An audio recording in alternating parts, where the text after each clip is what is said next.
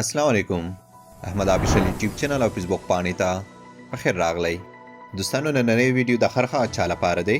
کوم څوک چې متحده عرب اماراتو کې دننه دي،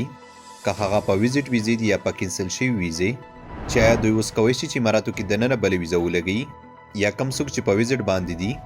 هغه بله ویزه لګوي شي او که نه. نور به د هغې مخالفو ماف کولو په اړه هم معلومات درکمه، کوم چې متحده عرب اماراتو څو ورځې مخکې د دې لپاره تاریخ وغځاوه، او دغه سربیره به نوي ویزیټ ویزو په اړه هم معلومات درکوم چې اوس مهال نوي ویزیټ ویزې کیږي او که نه. هیله لرم چې تر پایه پورې مې ملتیا وکړئ، او بله ده چې تاسو دا ویډیو خپلو واړو ملګرو سره شریکه کړئ تر څو د ویزو په اړه دوی سره چې کوم تشویش دی هغه ختم شي. او که چیرې احمد آفیشل یوټیوب چینل ته نوي وئ دا د زنو سره ضرور سبسکرایب کړئ، او که احمد آفیشل فیسبوک پاڼې ته نوي وئ نو دا ضرور در سره لایک او فالو کړئ.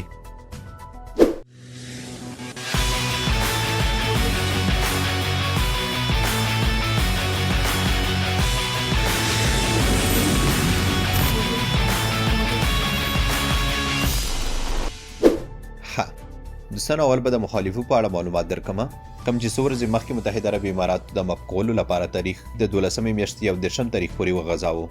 دوستانو دغه مخالفې اغرامې هر هغه چا لپاره ماف شوي دي کوم چا چې ویزا د 3مې میاشتې څخه مخکې ختم شوي ده، که هغه ویزیټ ده، که اقامه ده یا تشیره ده. نو د مخالفې صرف د هغه چا لپاره ماف شوي دي، نه د هغه چا لپاره کوم چا چې ویزا 3مې میاشتې نه راپو دیخوا ختم ده، مقصد په 4مه 5مه 6مه میاشت کې. د صرف هغه چا لپاره د کم چا پسې چې د 3مې میاشتې څخه مخکې مخالفې راغلي وي، که هغه په اوله میاشت کې، که هغه په 2019 کال کې، او که هغه په 18 13 یا 14 کال کې. نو دوی لپاره د مخالفې واړه ماف شوي دي، خو د مخالفې به دوی ته هله ماف شي کله چې دوی متحده عرب اماراتو څخه بهر لاړ شي. مقصد دا چې متحده عرب اماراتو نه دوی بهر خپل ملک ته ځي، په هغه صورت کې به دوی ته د مخالفې معاف کیږي. خو دې کې ښه خبره ده چې دا کسان ممنوع کیږي نه. مقصد دا چې دوی پاینده کې کولی شي چې په قانوني ډول متحده عرب امارات ته بیرته راشي. خو په دې کې کم چا پسې چې ترمیم شوی وي یا کوم کیس پاتې وي، نو هغو کسانو ته اجازه نه ورکوي کیږي چې متحده عرب امارات پرېږدي تر هغې پورې چې تر څو پورې دوی یا ترمیم ختم کړی نه وي یا کوم کیس چې دوی پسې دی هغه ختم کړی نه وي. اوس به د کینسل شوي ویزو په اړه معلومات درکمه، کم چا چې متحده عرب اماراتو کې ویزې کینسل کړي دي، یا هر هغه څوک چې متحده عرب اماراتو کې په ویزیټ باندې دي او دوی غواړي چې اقامې یا پخې ویزې ته واړوي. نو آیا دوی کولی شي چې اقامې پخې ویزې ته واړوي، یا هغه کسان کم چا چې متحده عرب اماراتو کې ویزې کینسل کړي دي، نو آیا دوی ته په دې هیواد کې بله ویزه کیږي او که نه. دوستانو د دې په اړه نن ما بیلو ځایونو څخه معلومات ترلاسه کړل. اول خو خپلو همکار ټرایپینګ سنټر والا نه او هغه ملګري کوم چې د ویزو کاروبار کوي، د دوی څخه د زړه له کومې مننه کوم کوم چې ما سره دوی د معلومات شریک کړل. دوستانو د 2 ورځې راهیسې هغو کسانو ته ویزې نه کیدی کوم څوک چې متحده عرب اماراتو کې په ویزیټ وو یا دوی ویزې کینسل کړي وي،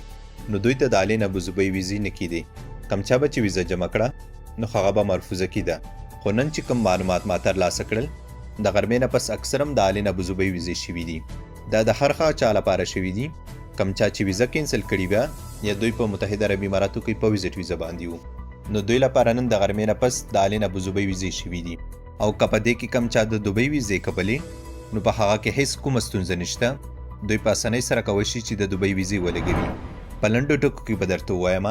هر هغه څوک چې اوس مهال متحده عرب اماراتو کې په ویزیټ باندې دي او یا دوی ویزې کینسل کړي دي، نو دوی اوس کولی شي چې متحده عرب اماراتو کې دننه خپله ویزه ولګوي. که څه هم د 2 ورځو راهیسې د ویزې لګولو ستونزه وه، هغه هم آلین ابوظبي ویزو کې، خو اوس الحمدلله هغه ستونزه تر یوه بریده پورې حل شوي ده او امکان داسې شته چې نارمل حالت ته به راشي. نو کم ملګري چې اوس مهال متحده عرب اماراتو کې په ویزیټ باندې دي یا دوی ویزې کینسل کړي دي، تاسو هیڅ تشویش مه کوئ، ولې چې ستاسو لپاره هلته بله ویزه لګیږي. دې کې بله پوښتنه ده پیدا کیږي کوم څوک چې په ویزیټ باندې دي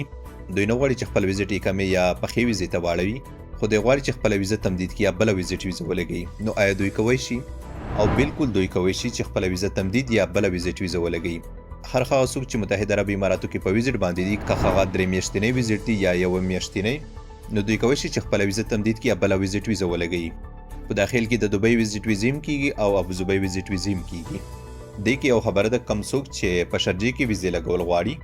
مقصد دوی اماراتو ته په ویزیټ باندې راغلي دي یا خپله ویزه کینسل کړې ده، نو دوی غواړي چې په شرجې کې ویزه ولګوي. نو ما چې څومره معلومات کړي دي په شرجه کې ویزه نه لګیږي،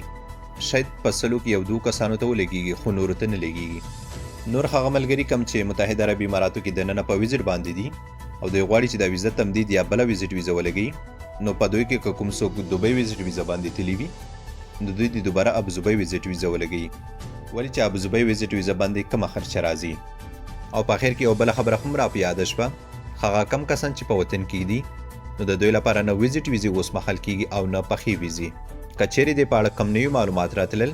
نو تاسو احمد افیشل یوټیوب چینل او فیسبوک پاڼه ته کیبوئ انشاءالله چې زه به هم د دې له لارې په وخت خبره ومه دلته یو خبره یادونه ضرور کومه کم څوک چې دا ویډیو ګورئ نو تاریخ ته لازمي ګورئ ولې چې تاسو ته پته ده چې متحده عربي اماراتو قانون ډیر زر بدلیږي را بدلیږي نو د دې لپاره تاسو د داسې ویډیوګانو تاریخ لازمي ګورئ هسې نه چې بیا ما پسې وایي چې تا دروغ ویلي دي یا کوم بل څه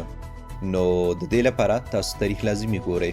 نور که چیرې احمد افیشل یوټیوب چینل ته نوي وئ دا د زنو سره ضرور سبسکرایب کړئ او که احمد افیشل فیسبوک پاڼې ته نوي وئ نو دا ضرور در سره لایک او فالو کړئ که کومه پوښتنه لرئ نو همدغه واتساپ شمیره باندې ماته میسیج وکړئ زه به کوشش وکړم چې تاسو ته په وخت جواب درکړم نور مو په الله سپارم تله په امان